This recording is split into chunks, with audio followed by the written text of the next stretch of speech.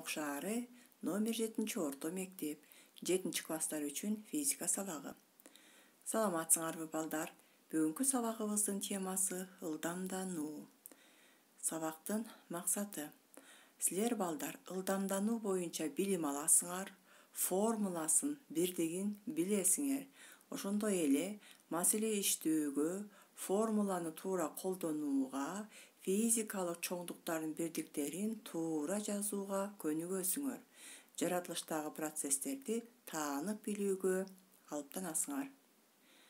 Анда эмесе балдар, өтүлгөн теманы кайталоо максатында төмөнкү 2 маселени чыгарып көрөлү. Биринчи маселебиз: 12 метр секунда ылдамдык менен кыймылдаган нерсе 8 секундта канча жолду басып өтөт? Демек, бул жерде 12 метр секунд деген бул ылдамдык, анан 8 секундта канча жолду басып өтөт деп сурап атат.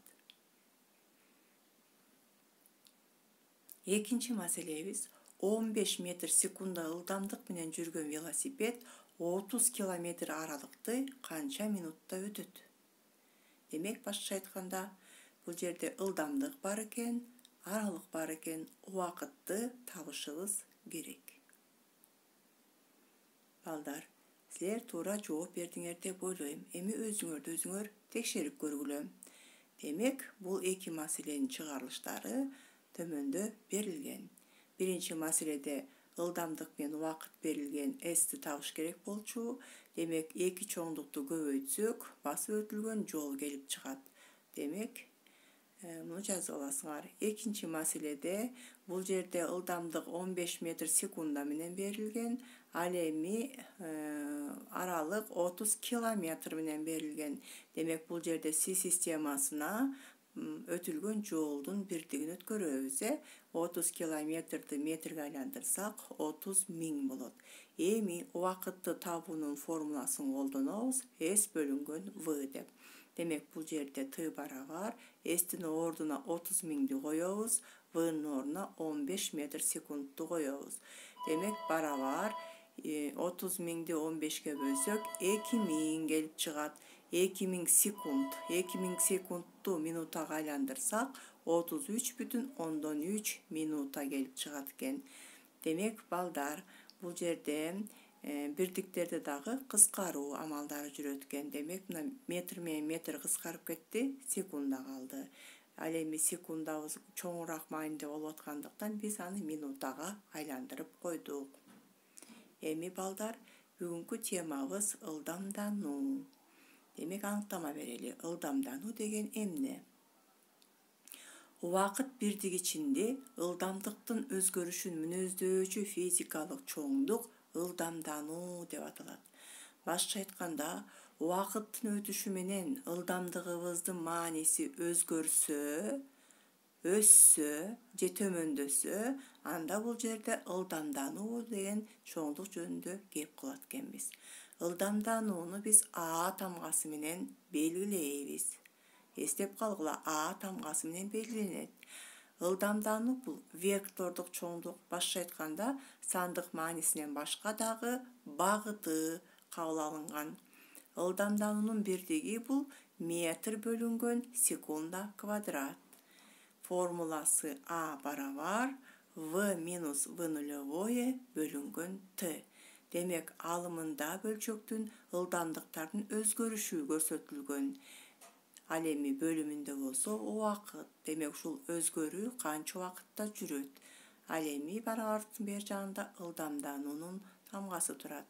Демек, үстүндөгү стрелкалар бул эмнени билгизет экен? Туура балдар, вектордук чоңдук экендигин билгизет. Демек, буларды дептериңерге жазып аласыңар. Теманы коюп туруп, аныктаманы, белгиленишин, бирдиктерин, формуласын.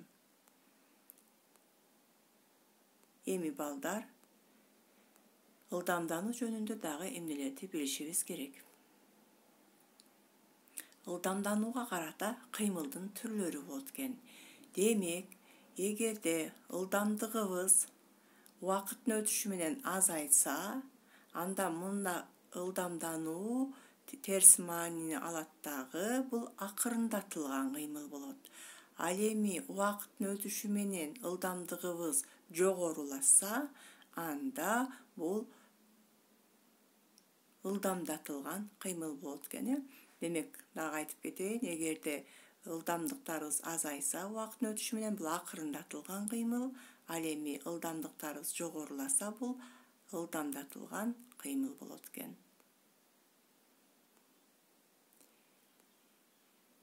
Эми балдар, бул жерде сүрөттөр берилген. Биринчи сүрөттө мынакей 0, 100, 200, 300 болуп кетти. Демек, бул убакыттын барабар аралыгында бирдей жолду басып өтүп атат.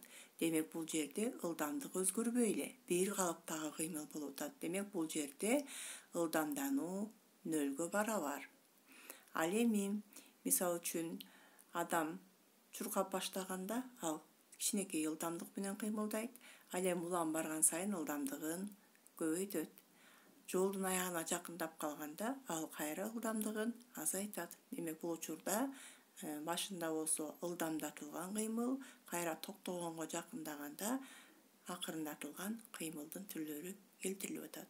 Автомашиналар деле отала баштаганда ылдамдатылган кыймылга ээ болушат, токторго жакын акырындатылган кыймылга келишет экен. Эми балдар, маселенин чыгарылыштарын карап көрөлү. Биринчи, автомобилдин ылдамдыгы 40 секунд ичинде 5 метр секундадан 15 метр секундага өстү. Анын ылдамдануусун тапкыла дейт. Демек, маселе чыгарууда сөзсүз түрдө берилишин жазабыз, карагыла. Демек, ылдамдык V0 баштапкы ылдамдыгы 5 метр секунда болчу, кийинки ылдамдыгыбыз акыркы 15 метр секунд болду. Бул өзгөрүү 40 секундда өткөндүгүн жазабыз, 40 секунд деп, анан астына ылдамданууну сурап атабыз. Формула жазабыз. Формулабыз А барабар V минус V0 бөлүнгөн Т болот экен. Эми ушул формуладагы чоңдуктардын ордуна сан маанилерин коюп туруп чыгаруу жүргүзөбүз. А барабар дедик да, V'нын ордуна 15 метр секундду койдук. V0'дун ордуна 5 метр секундду койдук. T'нын ордуна 40 секундду койдук. Бирдиктер баары Си системасында. Демек, 15-тен 5-ти кемитсек 10 болду. 10'ду 40-ка бөлсөк 0,25 болду. Демек, метр калды. Секунда менен секунд көбөйтүлүп кетти дагы, секунда квадратты берди. Экинчи маселебиз, станциядан чыккан поезд 7 секунд ичинде ылдамдануусун 0,9 метр секундка жеткирди. Акыркы ылдамдыгын тапкыла дейт. Демек, берилиши баштапкы ылдамдыгы 0 болот. Андан кийин 7 секунд ичинде анын ылдамдануусу 0,9 метр секунд квадратка жетти дейт. Демек, бул жерде жолдун аягындагы ылдамдыкты тапкыла дейт. Демек, формула боюнча, демек, баштапкы формуладан А барабар V минус V0 бөлүнгөн T'дан биз туюнтуп алабыз. V'нын маанисин туюнтуп алсак, V барабар V0 плюс А Т болот. Демек, эми ордуларына коебуз. V барабар V0 0, ал эми A'быз 0,9, T'быз болсо 7.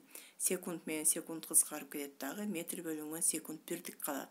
Ошондо экөөнү көбөйтсөк 6,3 келип чыгат экен. Жообу жолдун аягындагы ылдамдык 6,3 метр бөлүнгөн секунда болот. Буларды дагы дептерибизге жазып алабыз. Дагы бир маселени карайлы балдар. Демек, велосипедчен 1,5 метр секунда ылдамдануу менен түз сызык боюнча кыймылдап, ылдамдыгын 3 метр секундадан 15 метр секундага өзгөрттү. Өзгөртүүгө кеткен убакытты эсептегиле дейт. Демек, берилишин кайра жазалы. Ылдамдануу берилиптир. А барабар деп жазабыз, 1,5 метр бөлүнгөн секунда. Ылдамдык башындагы жана аягындагы, башындагысы 3, аягындагысы 15 болду. Демек, бул жерде Т деген чоңдукту табышыбыз керек экен. Дагы эле ылдамдануунун формуласын жазып алабыз. Бул негизги формула. Бияктан болсо T'ны туюнтабыз. Демек, А менен T'ны пропорциянын касиетинин негизинде А T'ны көбөйтөбүз барабар V минус V0. Эми T'ны туюнтсак, v минус v нулевое бөлүнгөн a болот. Башкача айтканда a менен t'нын ордулары алмашты. Эми ордуна коебуз дагы чыгаруу жүргүзөбүз. T барабар ылдамдыктардын айырмасын жазып алдык.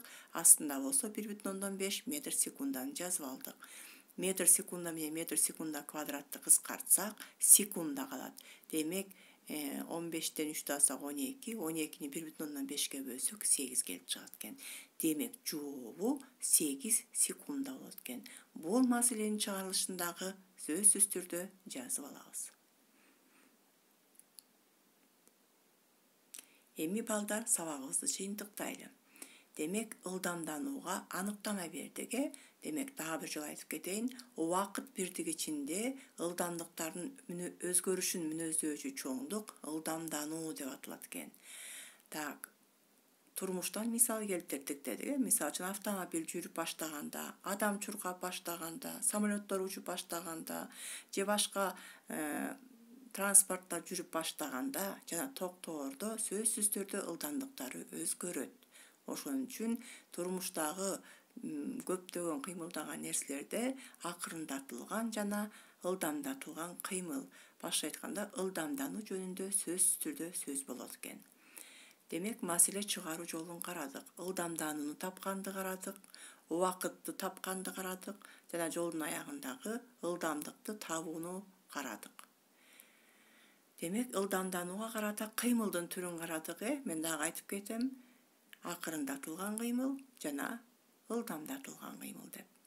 Ошондой эле формулаларды карап кеттик.